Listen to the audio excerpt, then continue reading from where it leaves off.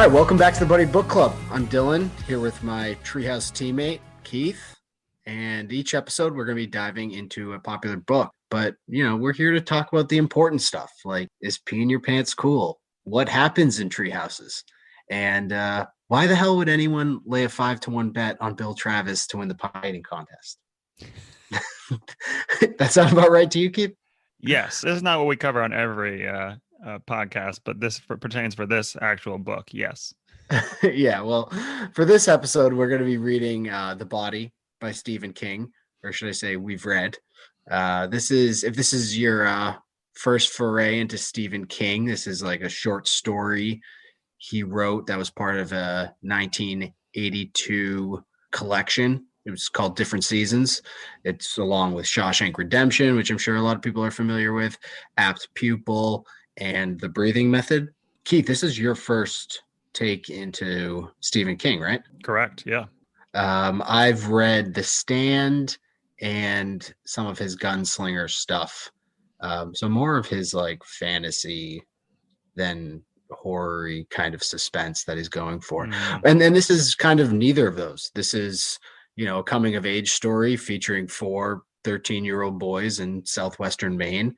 The book takes place over a particular hot summer weekend as the boys go on an adventure to find the body of another young boy who was lost in the woods and presumably hit by a train. How fun. Kind of light reading material there, right? Not, Does that resemble your childhood? Yeah, totally. I mean, you were like, this isn't going to be a horror book, but it's kind of has a horror book plot. So it's, or it could have been at least. It definitely could have been, but it's not. It's a coming of age story. Yeah, for sure.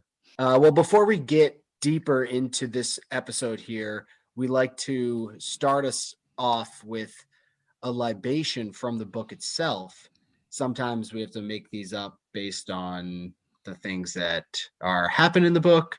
Other times the authors will just hand them right to us. I mean, The Hunting Party, which we did the last 2 episodes, there was endless options for drinks.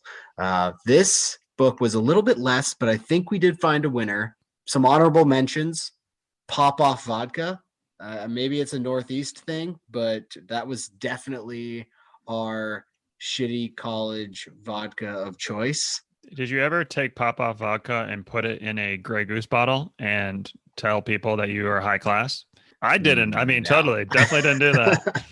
I definitely didn't do that at all. No, we just mix it up into a delicious jungle juice. Pop Off isn't something you want to have on its own. You either, mix it with something, or it's disgusting for sure. But hey, it's cheap. If you're one of our listeners that doesn't particularly like alcoholic drinks, you came to the right place, because Moxie, which is a delightful soda. Moxie's gross. Are you serious? Moxie's the grossest thing ever. In Lowell, Massachusetts in 1876. Yeah, it's an interesting taste. I didn't want to hate on Massachusetts, fellow Massachusetts soda producer, so I apologize. I didn't realize that. It's great. It's kind of bittersweet. Not for everyone. Great can though. I mean, a bold orange can. Gotcha. Come on. Yeah. What else do you need? But I think our winner will be the Purple Jesus. 1.5 ounces of vodka, plus some grape juice, splash of ginger ale, and some red grapes for garnish. I mean, I'm having one now. It's interesting and, and delicious. I love grape juice and I love ginger ale, so this works for me. Enjoy that down your gullet while we get deeper into this show. Let's start off, because the book pretty much focuses on 4 main characters: Teddy, Chris, Vern, and Gordy. These are the guys who were with the entire movie, or the entire book, excuse me. Out of these 4, though, you have to pick your favorite child. Most parents say, "Oh, I don't have a favorite child." We don't have to worry about that because we don't have any children. So, out of these 4 boys, who drove you the most? Yeah, it was a toss-up. I think Teddy was my number 1. Him running away when they kind of got into a fight and with the lightning going on kind of soured me to him. So it's between Chris and Teddy. I gotta say probably Teddy, just because everything he's been through. Basically, his dad treated him like a grilled cheese sandwich. fried his Oh, ears. yikes, dude. Yikes. I mean, that and him just being still respecting his dad, still like kind of being one of the gang. I got to go with Teddy. What about his death tendencies, aka running into traffic and trying Yeah. to dodge cars? Like, that's your boy? Listen, I always gravitate towards the wild card, the guy that's a kind of a sicko in their mind. That's the person I kind of align with most. Not because I don't know why that is, but that's kind of character I always think is interesting. Someone that's a fucking crazy person that wants to get hit potentially by a train or by a car Hmm. on the freeway. You know, just normal day stuff. He would have been great at Truth or Dare from the Last Buck Hunting Party. Like, he would have been like, they would have been like, Truth or Dare. He's like, I'm down. Dare me. I'll do anything. No problem. Yeah. Well, I like Teddy. I think he's up there. He's an honorable mention for me. Okay. I love his zeal for the military. I mean, this book takes place in 1960, so World War II is 15 years in the past. These kids are 13. Like, they've pretty much been growing up with war stories, war movies, Yeah. all that kind of stuff. Teddy's favorite person in the whole world is Audie Murphy, who was the most decorated U.S. I think American total combatant, not even Army, American combatant in World War II. He took a machine gun at one point and engaged an entire company of German infantry single-handedly. There used to be this great Not Teddy, website called right? You're talking about this guy. No, Audie Murphy. Yeah. Audie Murphy. I mean, there was this old website that was great. I think it was like called like badassoftheweek.com. And I used to read it every week. And Audie Murphy was one of them. When you were their age, or that like this was like yesterday? No, this was like yesterday. Okay. But Audie Murphy, fun fact, that's who Tarantino based Frederick Zoller, his character, on in Inglourious Bastards, except nice. just swapped it from US to Germans. Okay, so I like Teddy. Teddy's up there, but I think even though Gordy, who's kind of the main character in this whole thing because he's the one that's writing the story, he's a good shit, smart guy, loves his friends, much respect, but doesn't really have that wild card aspect, which I agree with.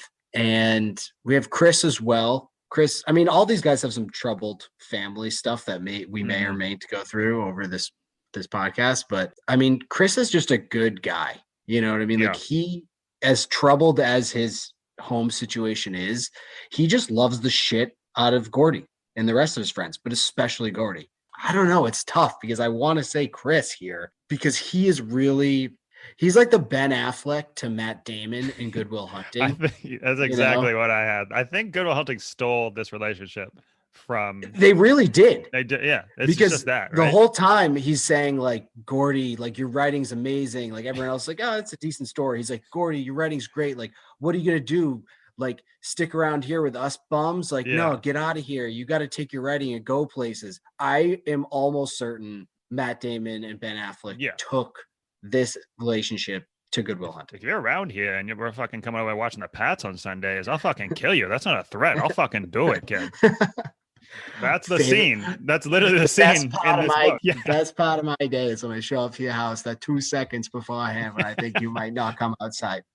You might have done a better Boston accent than Benny Affleck right there. That was good.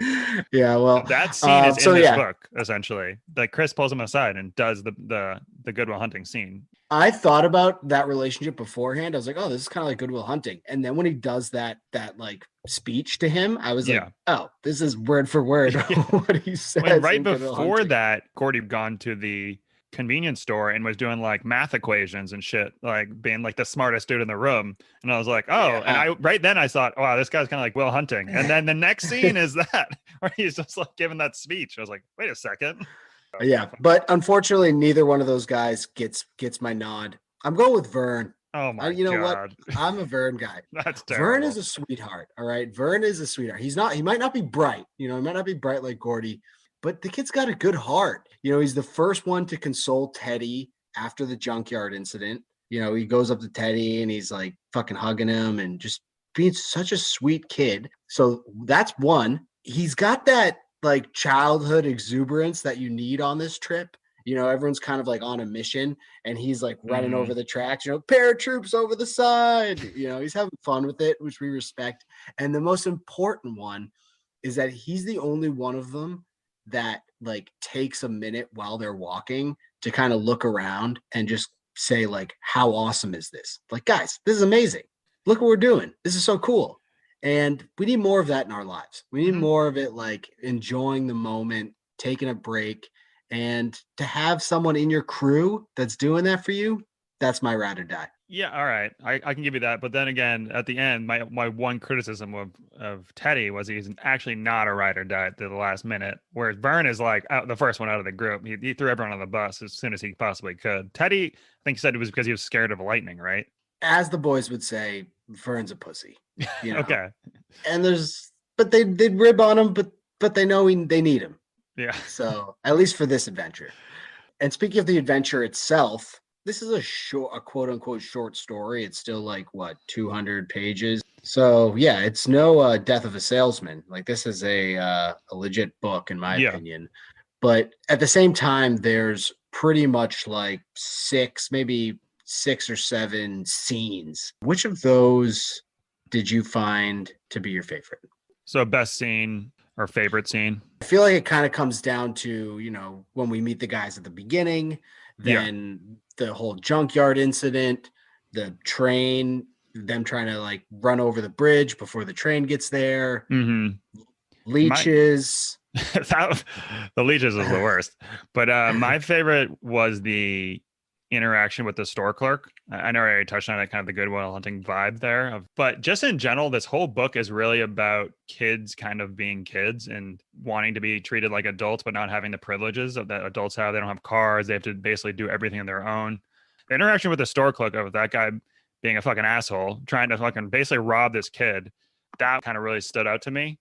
And him kind of one-upping this dude and give him the big fucking fuck you as he left, give him the big middle finger. That was like my favorite part. I was so fucking amped up after that, being like, let's fucking go, Gordy. Team Gordy all the way after that. You know what I mean? Like that kind of resonated with me. And this is the reason that I don't treat kids like kids. I don't talk down to them because I don't think we should do that as a society. You know me, D man. I don't even babies. I fucking talk to them. It goes like they're normal.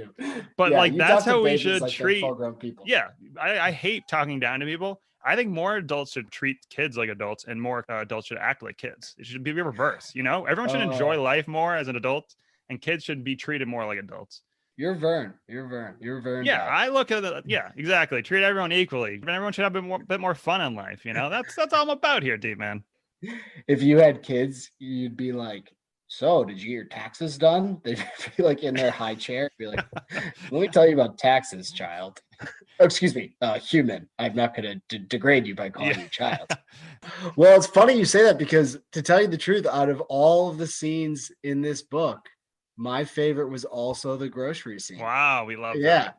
Yeah. I mean, Mr. Dussett, Gordy goes into Mr. Dussett's store, and at first it's like, amicable. They're just saying nice things, oh, you look like your brother. I think Gordy starts to get a little turned off when the guy's kind of like talking about his brother reverentially and not even paying attention to Gordy, kind of like what happens in Gordy's own home. Yeah.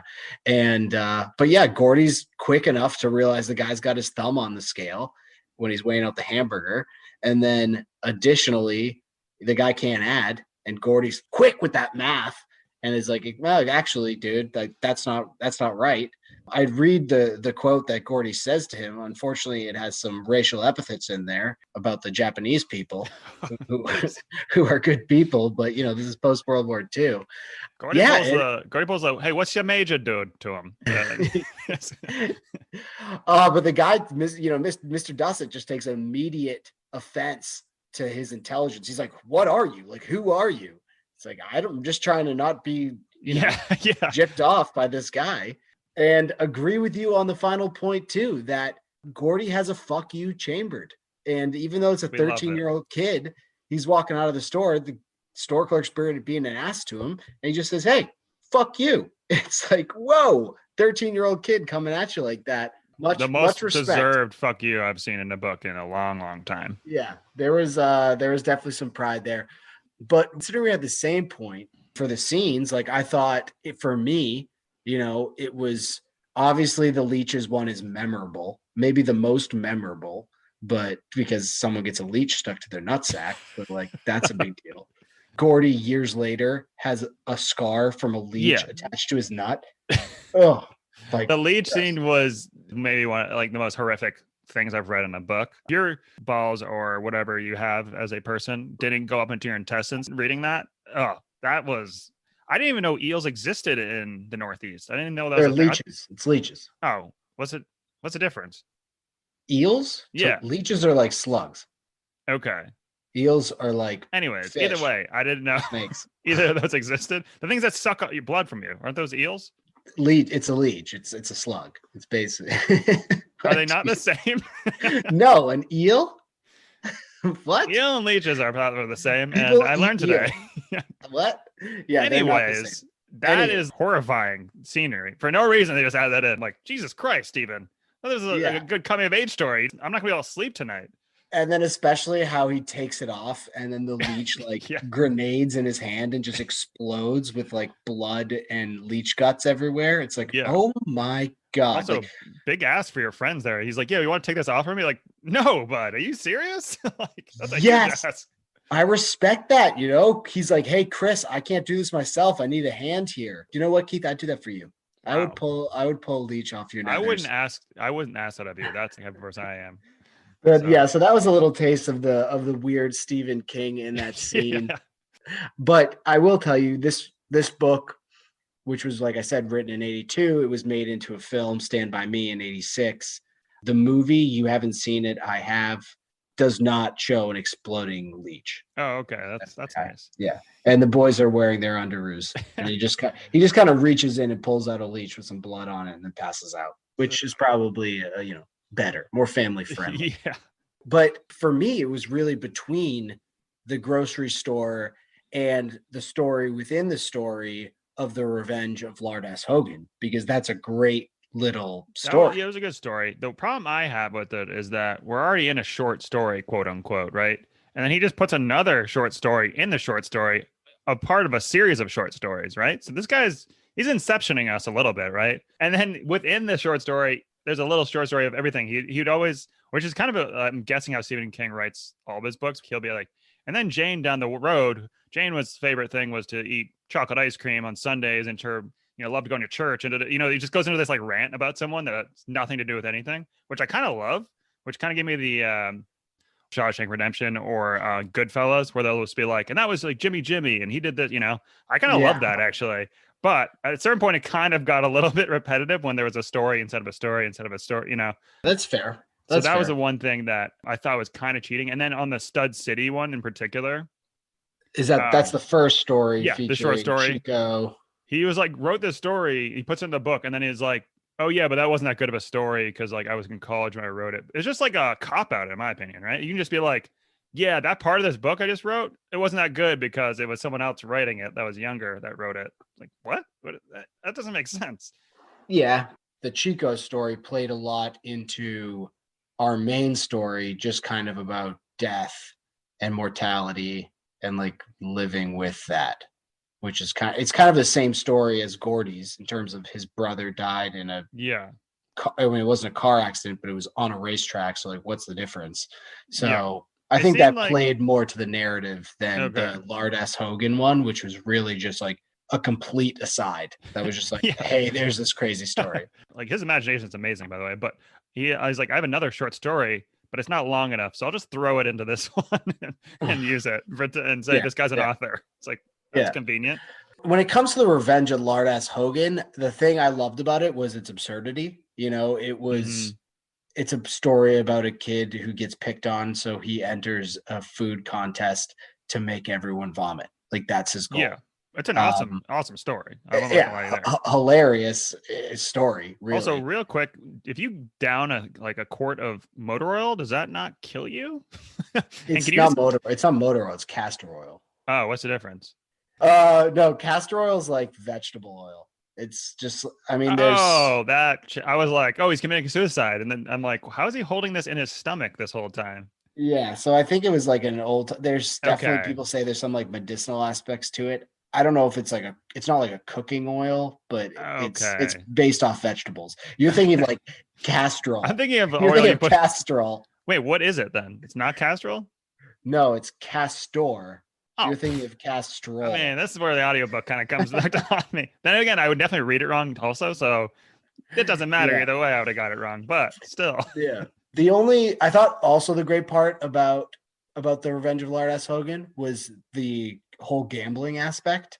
Like Hmm. Bill Travis is the hot shot there, I guess. He's the one that's won like 2 years in a row. And I was like, okay. And then I thought like for the pod, we should set odds. I was like, oh, we should set odds on like what these things are. No, no, no. Au contraire, mon frere. Stephen King comes at you and is like, all right, so Bill Travis is a 5-1 favorite. And I'm like, oh, okay. And he's like, and Lard S. Hogan's a 7-1 dog. And so I'm like doing the math in my head, like, all right, who am I betting on at this point? But it's like him being a 5-1 favorite is absurd. Like that's Tyson versus Buster Douglas.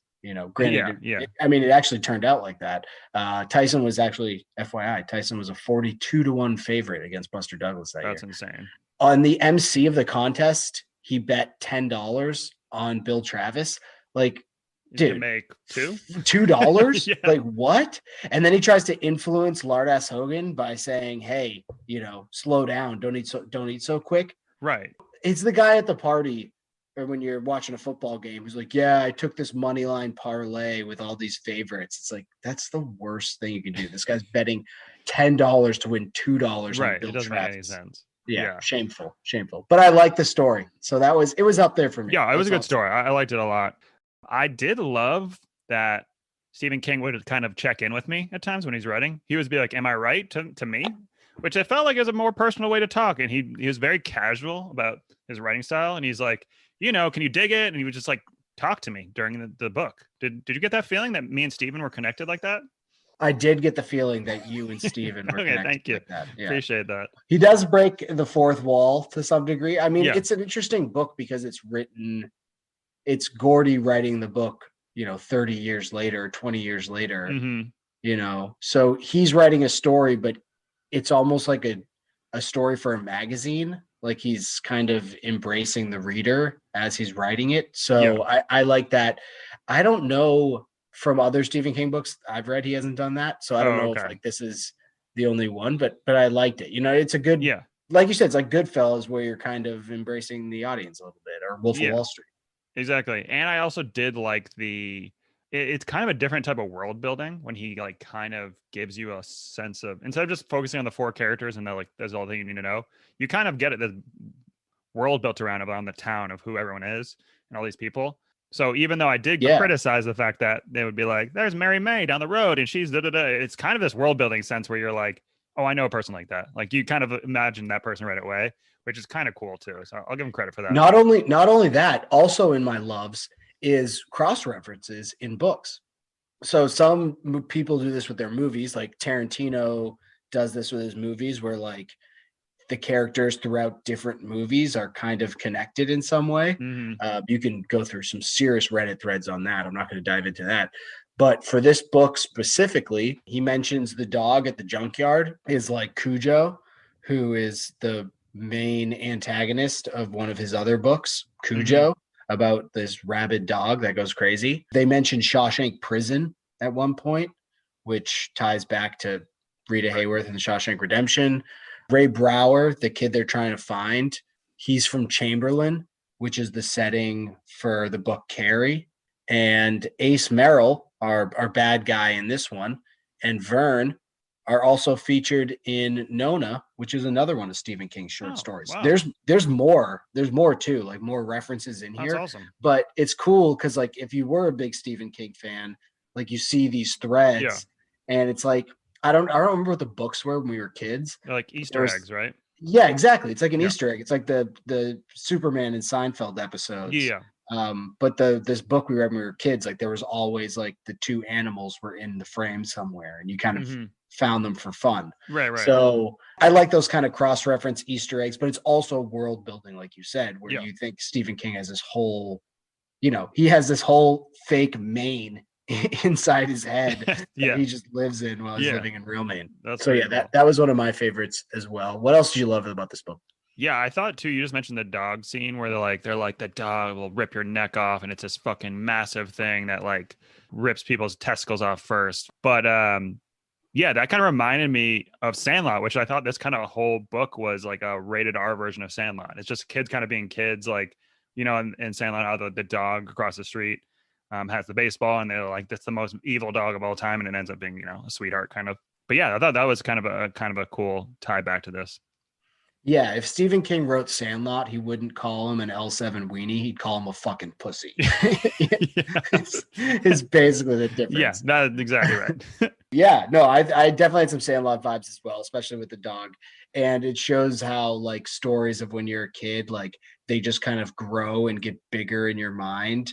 And at the end of the day, they're really not that big of a deal at all. Granted, I do think Chopper, the dog in this movie, although he wasn't the beast they expected, Yeah. he might have done him some damage. And also, PETA, what's the deal? They like abuse Chopper. His nose gets all messed up like through the fence. It's actually kind of sad. I didn't like that part actually. That's more in the owner than it is them, right? I mean, Yeah, they're I guess that's true. The owner should be pulling him back. yeah. But quickly here, 1960s nicknames. I love that. We, you know, out Go of on. it's mostly for the bad guys in this book, the older boys, but Norman Fuzzy Brackowitz, like Fuzzy, great nickname. Mhm. Ace is the leader. Come on. Yeah, He probably Slick cares. and Ace are great. Yeah. 60s names, great bad guy 60s names. He probably carries around a deck of cards or Yeah, something. And then 100%. like Chris's older brother's name is Eyeball. What? I don't know Like, that what that one is. to do with anything. well, it's just a great. I mean, I think Yeah. they said early on that his eye, like one of his eyes, was like a little weird. And Oh, like okay. Jeez. in all seriousness, it's probably from like his dad probably hit him pretty fucking hard when he was a kid, you know, and yikes. dislodged his eye. Yeah. But either way, your eyeball for the rest of your life. Yeah. Yeah. So 1960s slash just like good nicknames. I dug that. And then lastly, tree houses. What the hell happened to tree houses? When I was a kid, it was all the rage. Like, you know, you see Are it they in no the longer a movies all the thing? time. Talk about Sandlot. We saw it in Sandlot. Yeah. I don't know. When's the last time you saw a tree house in a movie?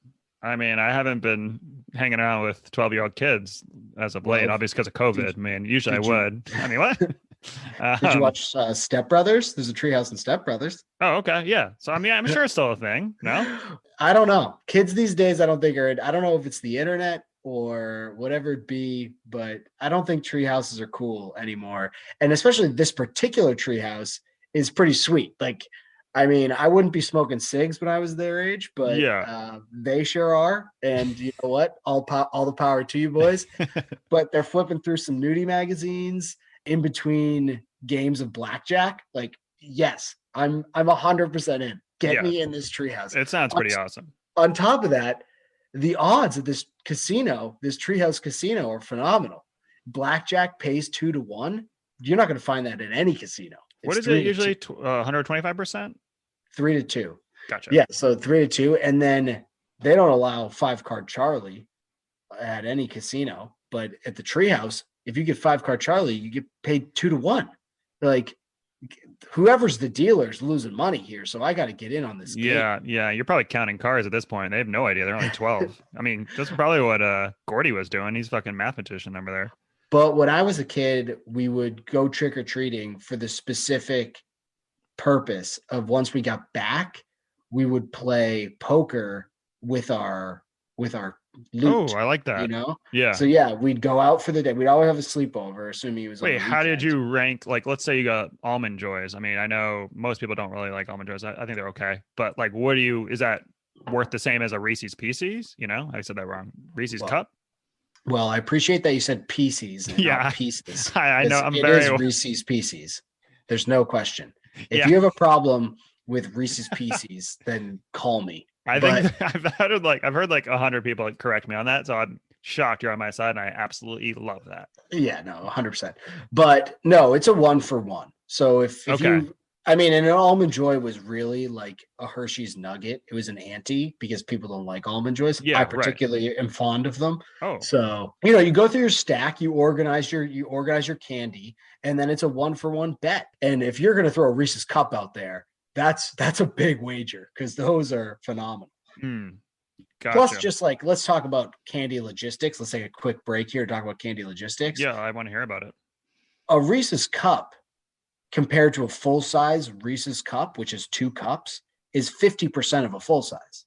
whereas all the other candies are fun size, which isn't Yeah. fun at all, and they're very small. So they're probably like a fifth or a quarter of the size of a real Snickers bar. Yeah, So but I think realistically, it's that the full size of a Reese's cup is undersized rather than.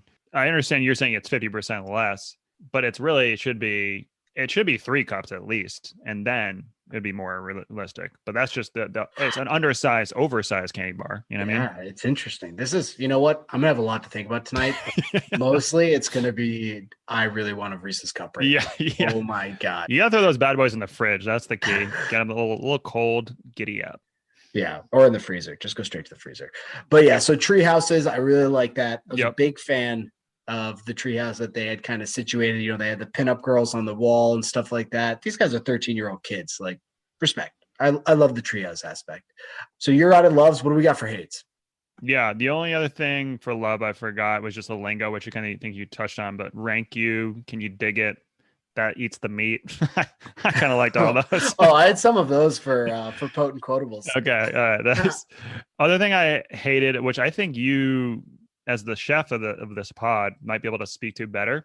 But they go and they're like, "All right, let's get some food," and they get raw hamburger meat, 3 pounds of it, and they walk around with it, and it's like 90 degrees outside in the sun all day in the sun, and then they're like, "Yeah, we'll just put it on a stick and put it over the fire." Is that how it works, Steve, man? I'm pretty sure if you have raw meat in the sun, one, it's gonna go bad. Two, it doesn't just stick together and clump together once it's fucking been melting in the back, right? Like this doesn't make any sense to me. Yeah. All right. The ground beef aspect was tough. It was Okay. definitely tough. And they also mention hot I'm dogs and glad you beans the whole book. There's like 10 scenes with it. That's the perfect campfire meal. Why would you not do hot dogs and beans? Those are yeah. already cooked. Couldn't agree more. Couldn't agree more with the hot dogs. Okay, It's thank you. awesome that you said this because it was at the top of my list too. Okay, And perfect.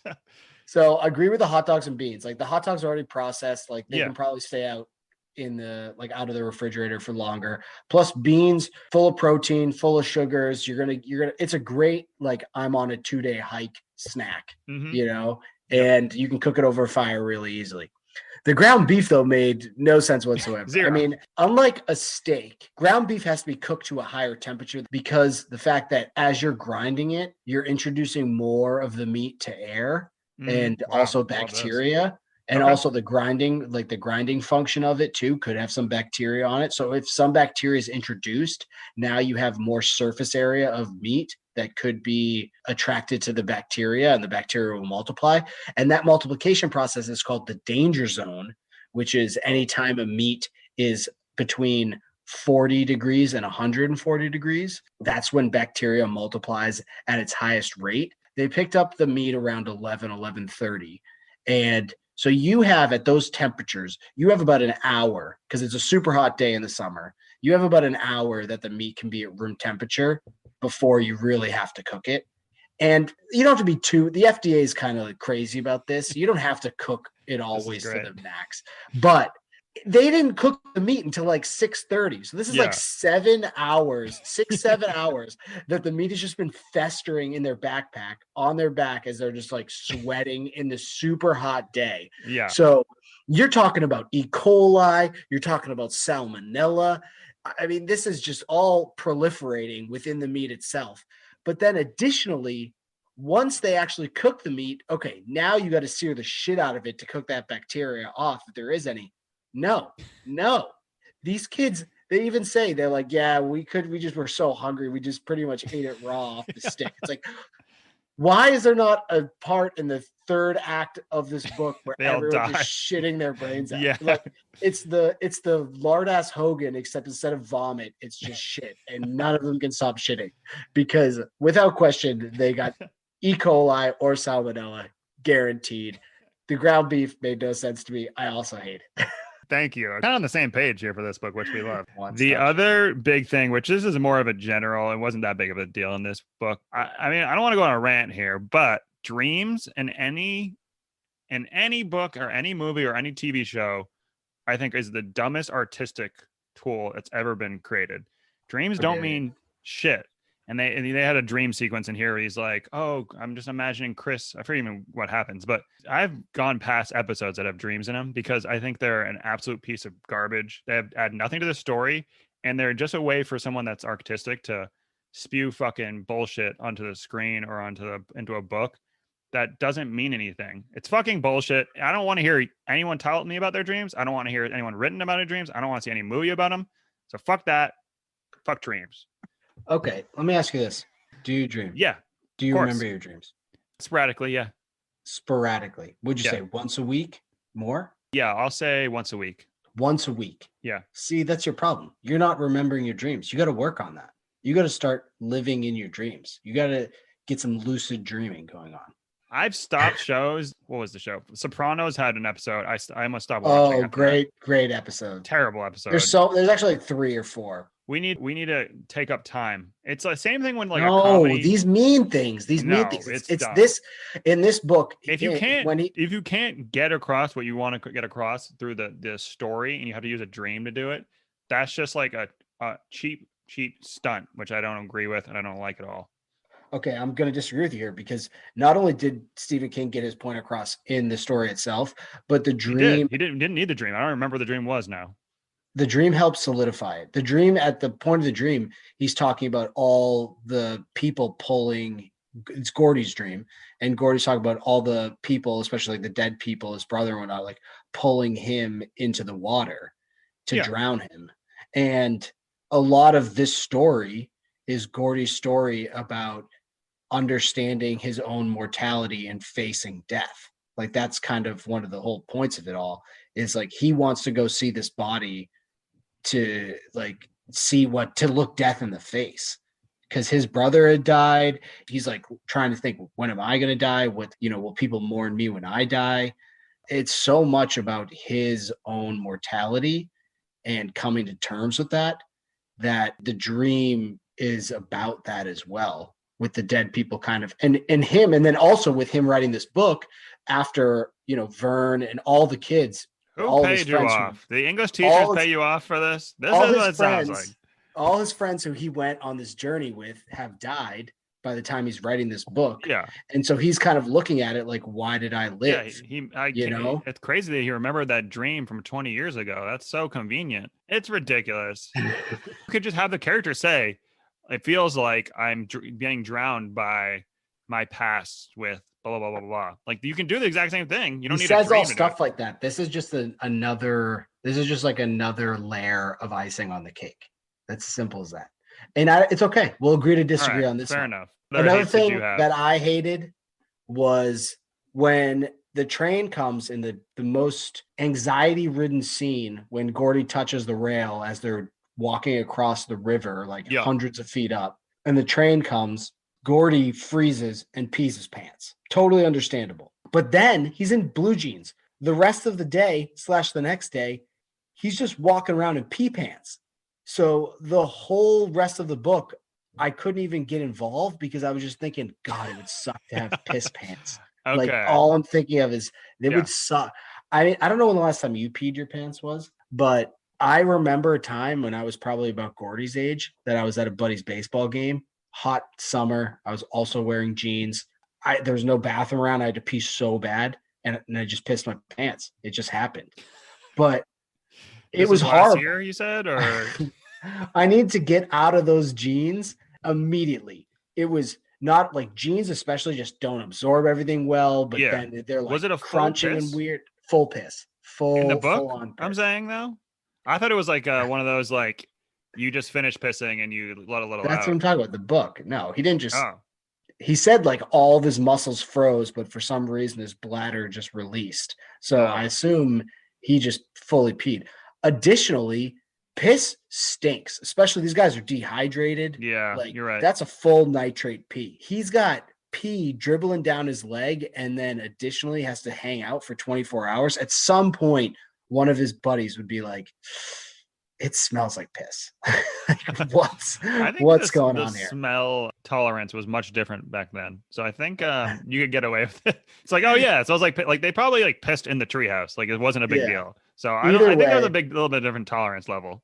Either way, every time Gordy was talking throughout the rest of this book, I was like, oh my God, he must be so uncomfortable with all Yeah. that pee in his pants. Who wears jeans on a long journey like that too? It's I the missed that 60s. part. They Yeah, didn't have that's athletic shorts. It you wasn't a gotta have thing. meshies there. And if you piss in meshies, they dry in like an hour in the sun. You're good. You don't even notice that anymore. Dude, meshies weren't invented. You remember like dads mowing lawns in the 90s? They Oh, wore sweatshorts. Like oh my that's God. all you had was I sweatshorts. can't even imagine. Let's get to the stock market here. Stock up, stock down. Who was affected by this book in a valuation perspective? What do you got? Physical abuse. So back Stock then, up?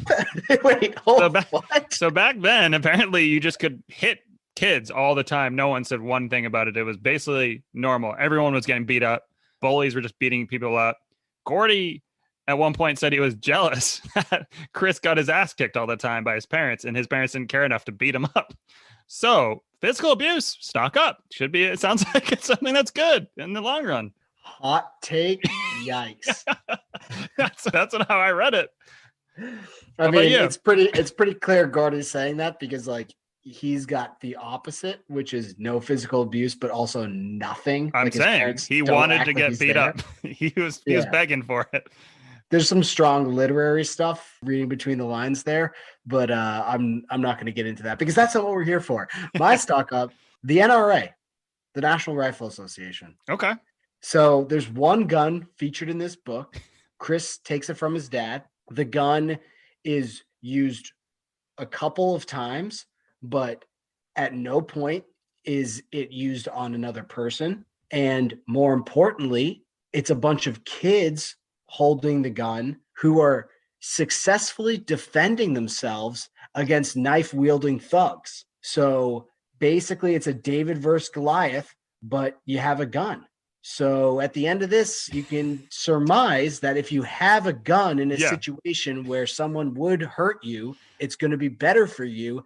NRA stock way up, way up. And we'll take that check from the NRA that's coming in soon. That's great. But what about the time where they just misfired into a fucking public area with the gun? No? Nothing about that? Well, yeah. Like telling your buddy it's not loaded, but then it's not a great look, but hey, no one was hurt. Okay. I'll give a stock down now. Hitchhiking. I think you might have had something similar. However, they just hitchhike to get to places here, which ironically enough. Awesome. Yeah, amazing.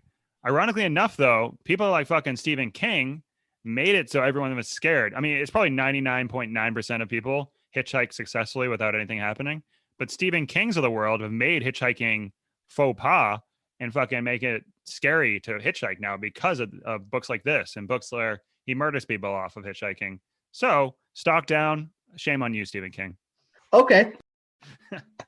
I would argue that the people who really affected hitchhiking were the serial killers. Those are written about. I don't see any reports on those people. I don't know where these are, D-Man. Yeah. I would say Ed Kemper, he was the co-ed killer. That sounds like a made-up name. I don't know what that is. He's actually, you should look him up. He's is he from Mindhunters? Criminal Minds? Mindhunters. Yeah, there you go. Mindhunters. Yeah. He jerks off in the shoe. Yeah, but he's a real person. He was a co-ed killer. He picked chicks up and murdered them. I mean, he's one. There was also like the Santa Clara. I think it's Santa Clara. You'd have to look this up. But there's lots of serial killers who are murdering hitchhikers. I haven't heard about them recently. That's all I got to say. So considering this book was written in 1982 after all this hitchhiking murders happened, I would not blame Stephen King. Stephen King, if you're listening, this is not on you, bro. The only one I know about is something about Mary. To the Ed Kempers out there, fuck you, because you ruined it for the rest of us. Yep. I lived on the far side of town. I would have loved to hitchhike, but it was definitely frowned upon in my family. Mm-hmm. So yeah, hitchhiking is also stock down for me though. So there we go. I also have though Popeye the Sailor, stock down for him throughout this book because they reference a particular skit they did on a Popeye cartoon with salami baloney, and I looked up the cartoon and I watched it. So racist, so racist. Because I was like, oh, this has to be something about like Arabs, like Allah, because they think they said something about that. Mm-hmm. Yeah, that's exactly what it is, and it's just super racist. You have to watch it to see it, But yeah, bad look for Popeye on this one. The salami bologna is also referenced in a Seinfeld episode, the heart attack episode. So I know you're a big Seinfeld guy, Yes. but Popeye definitely racist. Sorry. Okay. And by community property, so is spinach, right? Because that's basically he's the biggest proponent of spinach. So anyways, stock down for spinach too. Community property.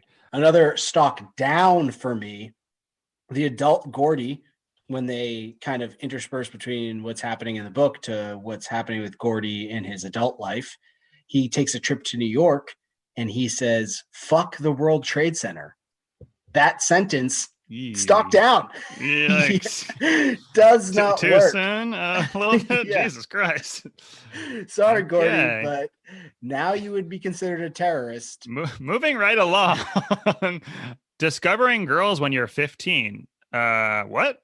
In the end of the book, he says that this could never have happened when they were 15, only when they're 12, because they would have discovered girls in their class by the time they were 15. When you were 12, you discovered girls at that point. Let's put it that way. Starship Troopers, anyone? Which one? Which one were you? Were you the what's the big Dixie? lipped girl? No, is it Dixie? It's Daisy. Trixie? Daisy? I don't know. But which one were you? The frizzy haired chick or frizzy hair? Yeah. Oh God, yeah. Yeah. Okay. But at the same time, to be fair, Dizzy. I would say Dizzy. Yeah. I would say that these guys had discovered girls. They were looking at pinups in their treehouse. Yeah, but it was weird that they were like, we would have been obsessed with girls instead of, but 12 years old, you're at that point. But anyways, I think when they were saying was 15, they like really discovered girls. If you're talking about discovery. By the way, discovering down, stock down. Two quick ones. Kids' knowledge, being able to set up camps, fixing blisters, building fires, insults ready at that fucking second, middle fingers ready to pop, fuck yous ready to go. Kids' knowledge has gone way down. I was not doing any of that shit when I was a kid. And then stock up quickly, novellas. I didn't know what that was, but it's just basically a novel. It's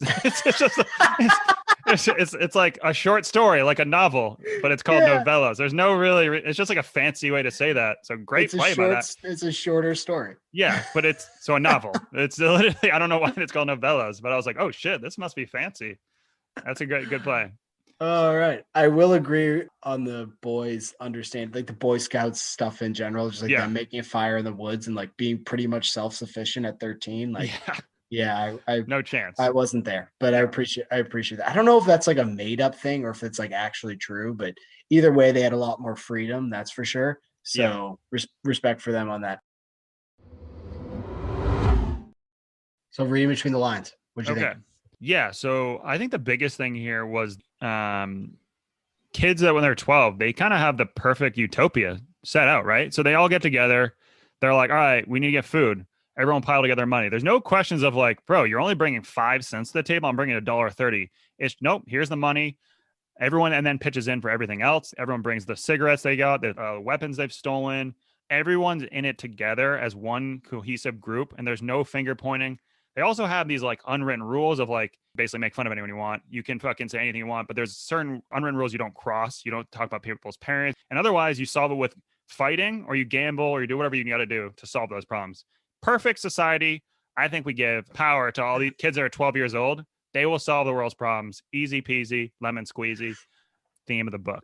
I'd say that's kind of half fable and half just it being the 1960s. So I will say that they're very communicative in their stuff. You know, everyone seems to be like willing to share with what they can scrounge together, which is like super respectable, especially because Vern is digging for pennies every day under his stairs. Mm-hmm. I had a more literal sense to it in terms of reading between the lines. Okay. We're going to get a little scholastic in this bitch. Because the book had to do with like transformation. It's a coming of age novel. And so it's about these kids becoming adults or teenagers, whatever the case may be. But it's over the course of a weekend in the woods. There's a reason why this book, I feel like, takes place between summer and fall, which is, you know, summer is like the free loving good time situation. And fall is when real shit starts to set in. The change in weather is actually even mentioned when they're coming back. Like they come back after they see the body. So they went over there. It was like the hottest days of the year. Now they're coming back and it's super cold, showing that they've changed since they've seen the body. They're carefully walking across the train tracks over the river. Whereas when they came across the first time, there's a lot of bravado, like, oh, I'm going to run across. I'm going to be the big hot guy. It's like, no, now we're just going to take it easy and make sure that everyone's safe. So it's kind of showing how they grow throughout this experience. And I really enjoyed that. There's even though on the surface, this book is just kind of a bunch of 13-year-old kids having fun and going on this, this expedition, it's showing how they are actually going on way more than that and aging, maturing as it goes down. So I really like that. So to sum that up in a sentence, once you crossed over the one part of the tracks and you come back on it, that sentence sucked. I'm trying to sum it up for you. I wasn't reading between any lines. I was just basically like, the train tracks, you're still on them. Kid, I'm out of the box. You're just fucking inside the box. Stephen King hand feeding you what you need to be told. The train tracks were literal and metaphorical. Don't you realize that? They still went across the train tracks. They still took that risk.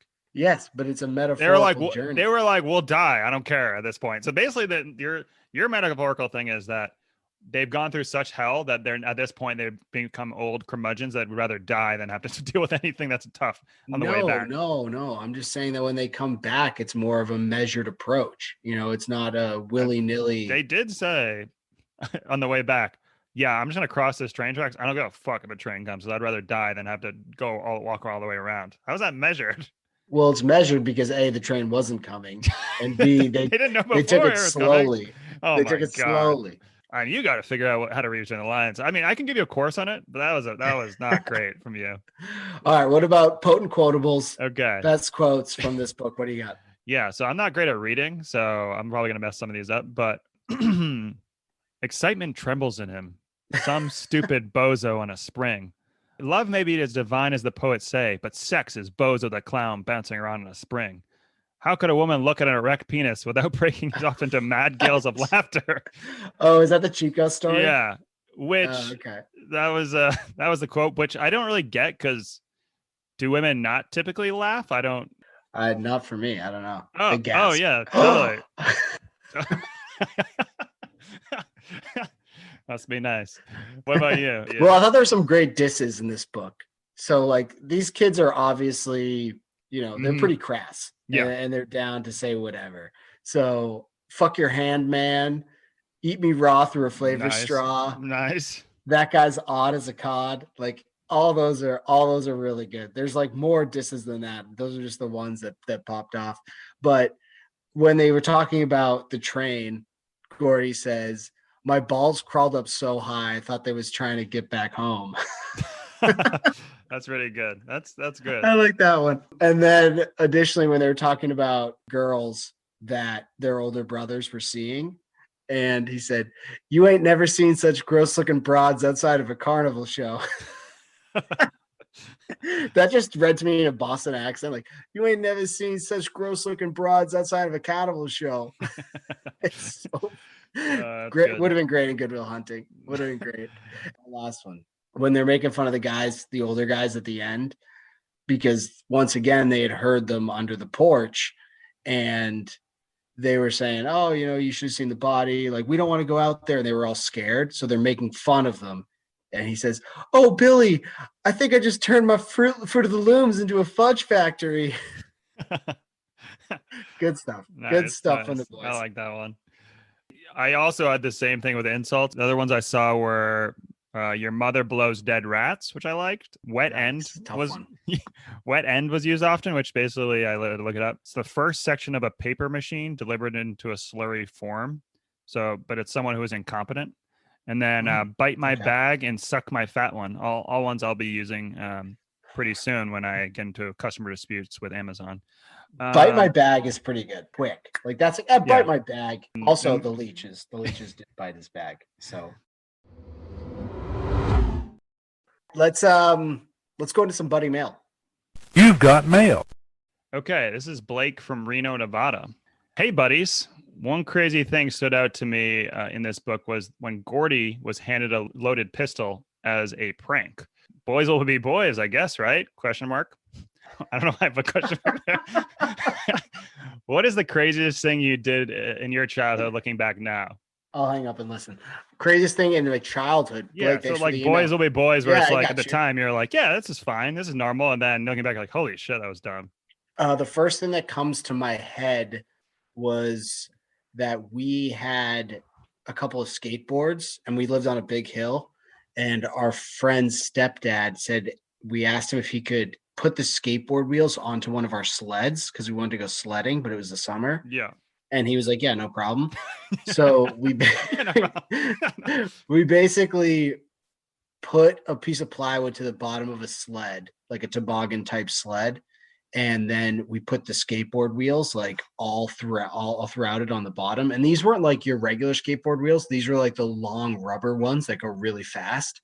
And he built us what we ended up calling the sled board, and we would just ride it. Me and two friends, like only two people could fit on it, but we had a Yeah. third person who was just in the back, like a bobsledder. The third one that stood up, kind Yeah. of. We would ride it down our hill, which was super steep, and there was two crossroads before you got to the main road at the Yeah. bottom. So like there were stop signs there. Like if a car Oh, was coming, geez. you'd be Okay. screwed. And we rode that thing because the only way to brake was to put your shoes down on the asphalt and then Yeah. just like rip the rubber off your soles because you're going so fast. Yeah. And we rode that thing a bunch of times. Somehow no one got hurt, like That's really hurt. There was like bruises and scrapes, but yeah, that was probably like the dumbest childhood thing we did. yeah. We did something similar, but it was more. I was on a street that was a dead end, or it wasn't dead end, but it was a cubicle circle street. What's that called? Cubicle Street. Cul-de-sac. There we go. There you go. So it was like not nearly the same risk, but it was still a big hill that we went down. Anyways, so the statute of limitations, I believe, has passed for my story, but probably incriminating myself. But back in the day of forts and tree houses, my buddy and I went to his house, and he lived in this like big wooded area. And if you walked like a mile into the woods, there was a summer camp there. And Very so we cool. would dress up in camo, go out into the woods, spy on the camp, and eventually when people would leave, we'd sneak in and steal their bow and arrows, which weren't like lethal bow and arrows, they're like kids' bow and arrows, but like they would actually hurt or like hit people. And Yeah. then we built a fort next to the woods, and anyone that would come, we'd shoot arrows at them from the What? woods. So yeah, that was something we did. You didn't actually shoot it at them though. It was one of those like warning shots, like we have Yeah. fucking arrows type thing, and they were their arrows, so it was Yeah, because I was gonna say either you didn't actually shoot at them or you got sucked at shooting arrows. yeah, because, yeah. like, We weren't. if trying someone to, got hurt, like Yeah. that would have been. But we thought that we were would've like been Navy amazing. SEAls. We were like, we had full camo in. We were like hiding in fucking like trees and leaves. But anyways, Yeah. now looking back at that, I'm like, oh shit. But it was still awesome. I don't Yeah, regret it sounds phenomenal. Yeah. Kids do crazy shit. I Yeah. respect that. Blake, thanks for bringing that Yeah. memory back to my life because I would not have thought about it otherwise. And Yeah. holler to my boys Mark and Hayato for sledboarding. Good times. Let's cast this movie. This book was obviously made into a movie like we talked about before, Stand By Me, which came out in 1986. River Phoenix, Corey Feldman. Keep forgetting the guy's name. He was in Sliders. Donald or something. O'Donnell. Yeah. Yeah. It's funny that I know Sliders. So Do you actually know Sliders? No, That's such gotcha. a random TV Sliders, show. Sliders is a great TV Fact. show. Yeah, great. Jerry O'Connell. There you go, Yeah, young Jerry O'Connell. So it's tough for me because I saw this movie well before. I read the book for the first time this time around, and I've probably seen the movie like 4 or 5 times throughout my life. It was tough for me to cast this one, so I'd be interested in what you had. Yeah, I did my all stars of kids, so I can choose kids from any era, or any time point. Not obviously they're like kids now. So for Gordy, I went with Charlie Conway from Mighty Ducks, who I think is Percy from Dawson's Creek. Dawson's Creek. Dawson's There we Creek. go. Yeah. So I thought he was a good leading man. Who'd you end up going with, or did you stick with the? I didn't. I really only had 2 for it's tough for Okay. me, but I really did. I did think that Ben Affleck would have been a good Chris. I mean, Yeah. Ben Affleck was in Voyage of the Mimi when he was about this age. I think he was like 12. He was between 10 and 14. He was on. Did you ever watch Voyage of the Mimi? No, the first time I saw Cool. Ben Affleck was some anti-steroids video that we watched Oh, in health interesting. class. No, Yeah. so Voyage of the Mimi, he was like a legit child actor, Oh, and it okay. was like half science. It was like for school, so it was like half science, half an actual story of like him joining this ship's crew and like going to the Galapagos, kind of, and like doing stuff. I don't know. It's a weird fucking show, but at one point, even it got weirder because some guy got hypothermia and everyone had to get naked and get in a sleeping bag, and he was a 12-year-old boy. So Oh, but either way, he could have played a good Chris. He had the yeah. vibe, and we've already talked about the Good Will Hunting stuff. So yeah, he's my Chris. Okay. I had to put my boy Shia LaBeouf in there from Even Stevens because he's my favorite kid actor of all time, and I think could play like the. We know about Shia. We talked about him for Holes. Great actor. I think he can play the guy that gets beat up by his parents, but also which happened in real life, but also is like can be the sensible one. Shia could be literally any character in this except for Yeah, Vern, and I would believe it. yeah.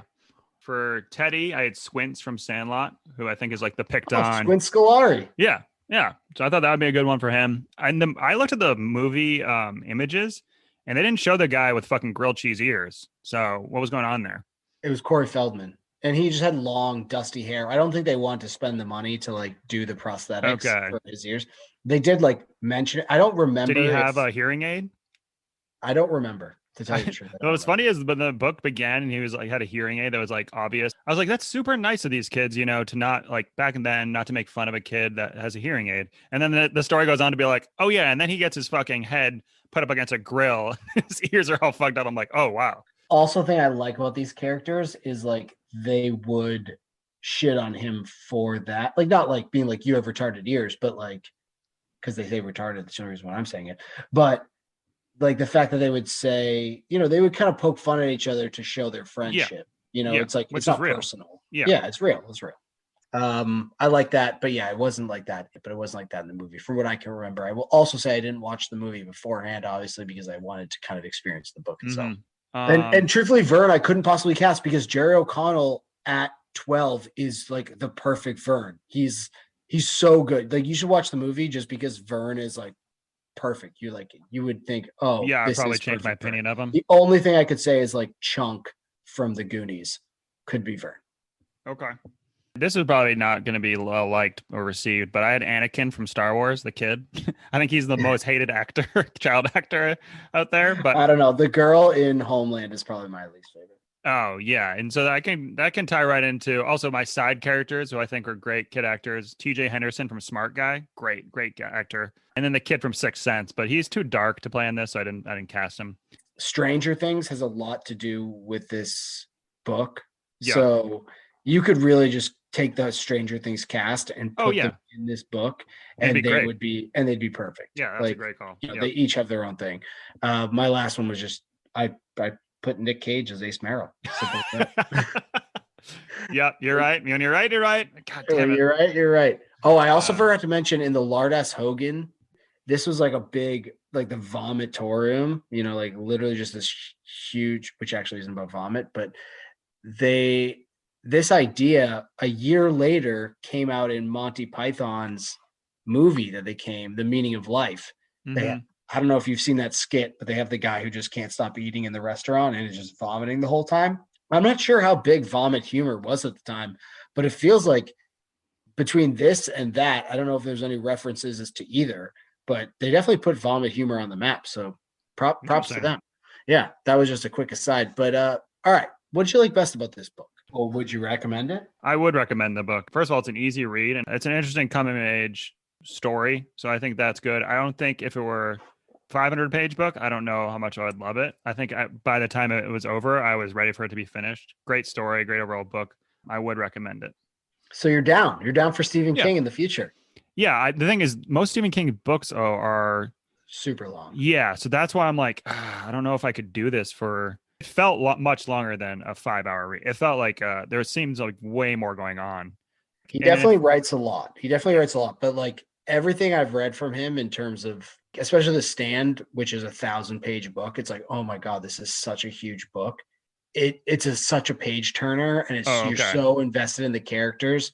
It's so good. So I mean, he definitely writes long and like writes deep into situations, Yeah, I'm fine with but that. it draws you into it so much. So Yeah, I thought I should this think. is definitely a great book for like getting into Stephen King. If someone's like, Okay. "Hey, have you read any Stephen King?" It's like, "Oh, we'll start with this," because you notice how like the writing was good. Like it was Yeah, like, "Oh, for I sure, mean, for sure. there's a lot of detail that's interesting, and the way he writes is super fun." Yeah, Yeah, I really liked it, and I think to that, my favorite thing about this book was that it felt like it was the conversations between the kids. It felt like they were conversations happening between 13-year-old boys, but yeah, this is being written by a 30-something-year-old man who didn't experience this stuff. Like he's just writing it for the top of his head. It yeah. sounded like 13-year-old boys talking to each other. I thought that he got that across so well. And I didn't ever feel like, okay, this is some guy writing about some Mm, kids, even though Gordy is writing about them. I really liked it. Definitely recommend this book to listeners, to friends, whatever. Like I said, it'd be a great intro into the Stephen King universe, which I yeah. think we on this podcast should dive deeper into. FYI. So what's next? What's next for us here? Yeah. So next book is Artemis by Andy Weir. He wrote The Martian, which I've heard really, really good reviews about The Martian as a book, and obviously the movie I've seen, which is great. This one's going to be more of a futuristic, I believe, book, which is, I think, up mine and D-Man's alley. Bonus fact, the audiobook, if you're so inclined, is read by Rosario Dawson, the actress. Oh, So, really? yeah. So it's interesting. All right. I love it. So you can check us out on Instagram, on Twitter, at email. Keith, what do we got? What are our contacts? Yep. Buddy Book Club Podcast at gmail.com, at Buddy Book Club on Twitter, Buddy Book Club Podcast on IG. Shoot us some recommendations for books. We're always looking for fun stuff to check out. Ideally, something that's popular that people have read. And if you have any comments, questions about the podcast Hate mail. itself, hate mail. We love hate mail. Yeah. Please send us hate mail. We'll read it. What? We'll definitely read it. We'll read it and we'll incorporate it into the podcast. So send it our way. Any new segments, we'd love to hear it.